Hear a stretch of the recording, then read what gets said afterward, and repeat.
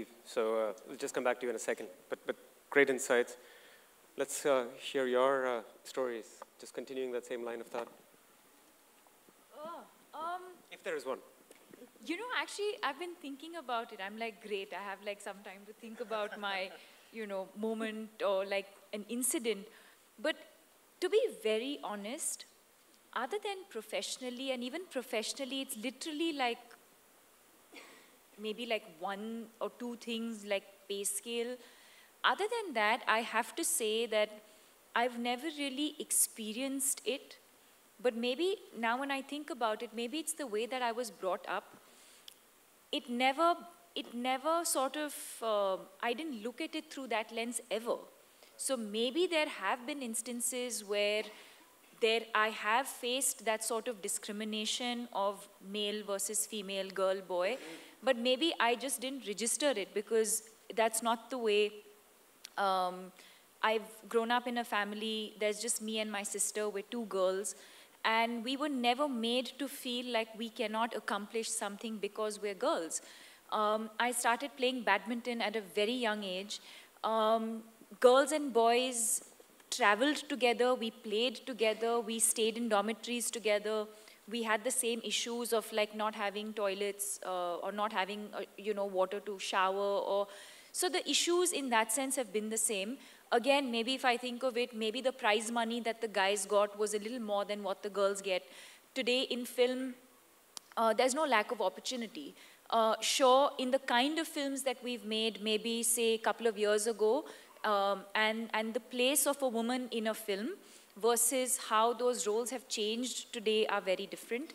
And of course the pay, which is again something that, you know, I'd like to speak for myself and say that for myself, I think I've been able to bridge that gap in terms of what my male contemporaries are getting versus what I'm getting paid. There was a recent incident where a director offered us a film and said, you know, creatively I liked it. And then it came to sort of talking about the monies, and I said, okay, so this is what I would charge. And it kind of went back and forth where he came back and said, you know, actually, we won't be able to afford this because we have to accommodate the male, you know. So I said, okay, then tata, goodbye, because I know my track record, I know what I'm worth. I know that his films haven't been doing as well as my films have been doing. So it made absolutely no sense. So I was okay to say no to that film based on that one thing because I just thought it was unfair. And I'm ready today to take those steps or measures or decisions for myself because I'm going to be able to sleep peacefully at night. I don't think I'd be able to live with that sort of thought knowing that I've been a part of a film, had the same sort of creative contribution, or bringing the same sort of value to a film, but being underpaid. I was not okay with that. So I think some of those instances, but I think broadly, I've never been made to feel less or not being able to achieve something because of being a woman. If I may just say one thing here, since Deepika said that, we did a survey of women and successful women. And I also have just one sister, we're just two girls in the family. And strangely enough, they found where there were only daughters, the confidence level was different than when there were sons as well in those families, at least maybe a generation before. So that's interesting. That's a great insight. Before we go to Aditi, there's a beautiful research by, there's a beautiful research by Gina Davis about I forget what the technical term is, the extras in the movie. Over a span of about 800 Hollywood films, turns out that 90% of the background extras are male. So the, you know, to your point of subconscious conditioning as to what one sees on screen and what goes on literally in the background. I thought it was a remarkable statistic which just goes unnoticed. What about you, Aditi? मैं बताती हूँ discrimination के बारे में. Friends, it is so annoying. No, you know, I tell you, I think it ties in with the, yes, you know, it ties in with what we are sitting here today for, is that stand-up comedy to a very large extent is storytelling, is telling the truth about your life and telling sometimes an exaggerated truth about your life. And I realized that, you know, when it came to lineups and stuff, people would be like, oh my God, you're really funny for a woman. I was like, yeah, but it makes you realize that women have to work triply hard for someone to be interested in their story. Like, I know that, like, a fellow comic once came and told me, तेरे को पता है ना, तेरे set में सब सुट्टा मारने जाते हैं. And I was like, really? What do I have to do? What do I have to do to follow up that guy before me who did like a round of terrible jokes, which everyone was like, हाँ, सच्ची, correct, औरत बहुत time लगाती कपड़े पहनने में. So correct this man is.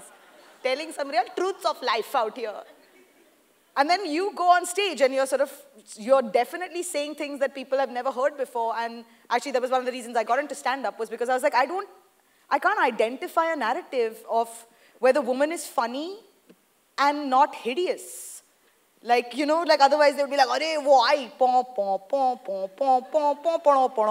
And I was like, kyun? Why can't we be owners of our own stories, and why can't we take the center stage not as an object of attraction? I know that like corporate gigs, I still get like, arey, female comedian, shakal kaisi hai?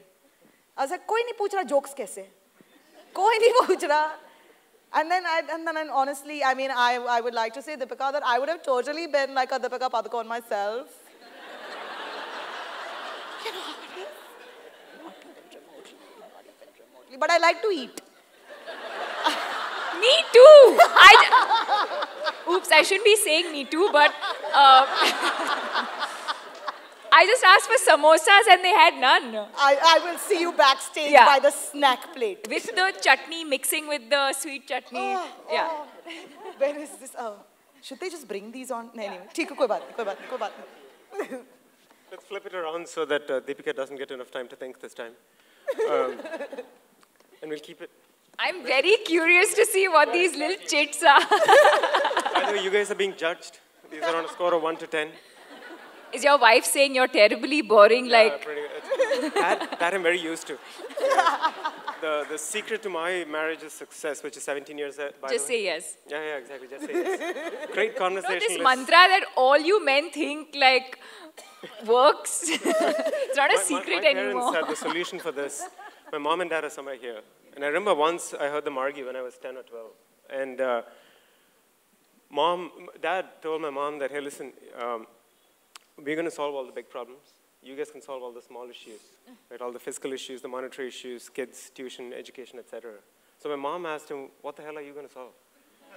And he said, well, us guys will get together and solve the Arab-Israeli conflict, the cure to cancer, which is what men do. Get together, have a couple of beers, talk philosophy. It's the Parisian attitude.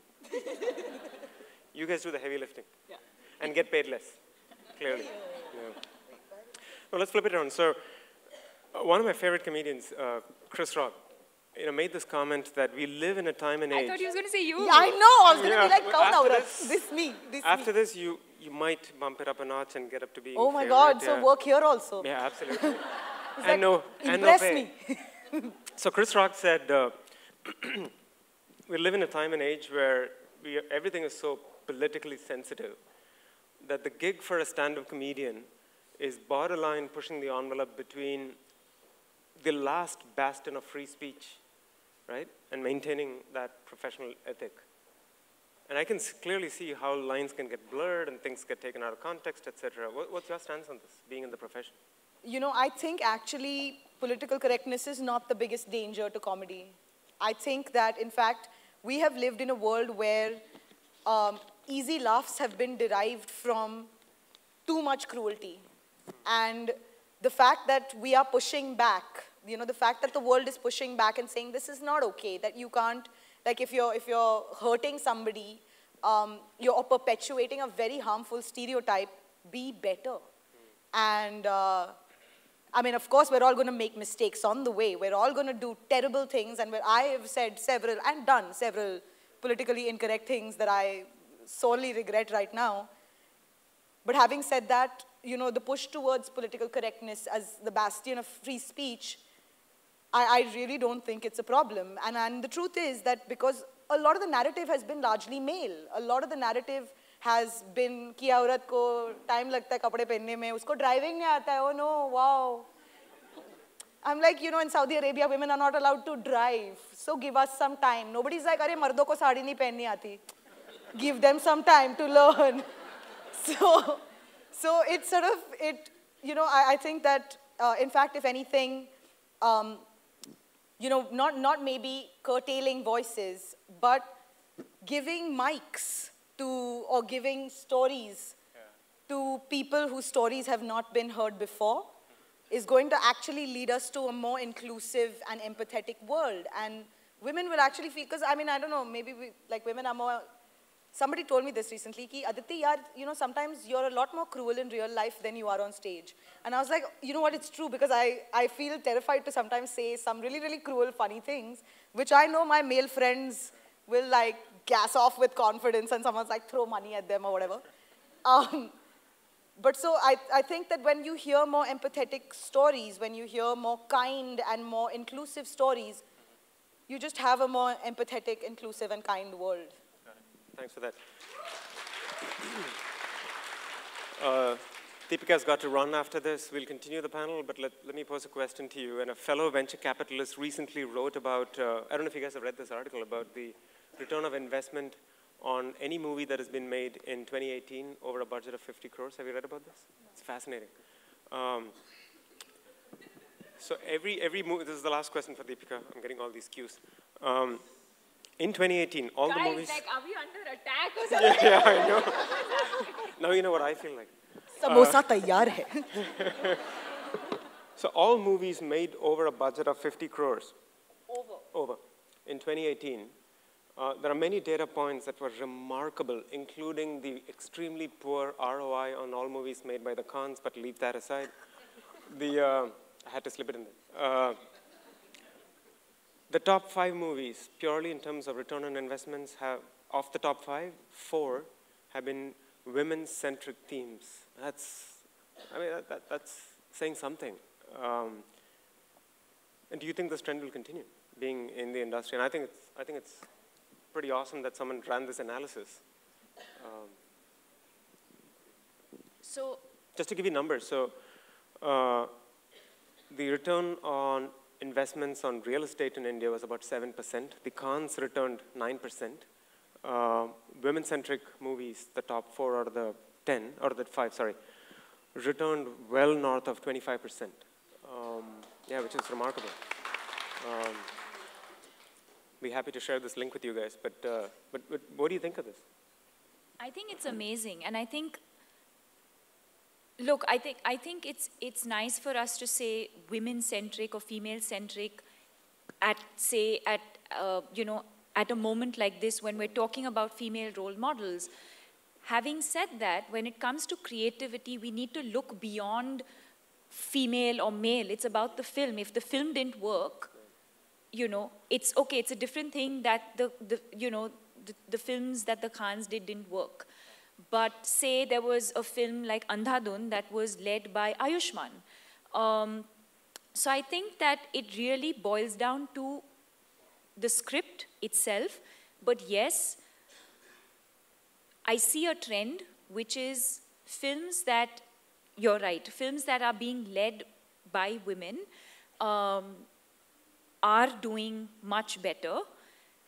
Also, we're in a place today where directors are changing roles, and that's unheard of. You have, you know, if you have a script that sort of has a male protagonist, and suddenly directors are like, 1 second, let me just flip that, let me just make that a female protagonist, and then go to so-and-so with the film.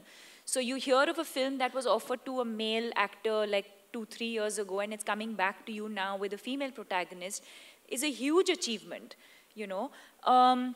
But as a creative person, I would not like to make this distinction of like, you know, male-led and female-led and all of that. I would just say that I think great content is what is really working right now. And I think a lot of that has to go to the audience. They're ready for that. I don't think it matters today anymore who is in the movie. It really depends on the kind of story that's being told,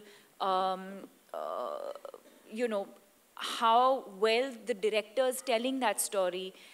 You know, so there's a lot of these factors also, I think, that are playing a very, very important role in, you know, in the success of these films.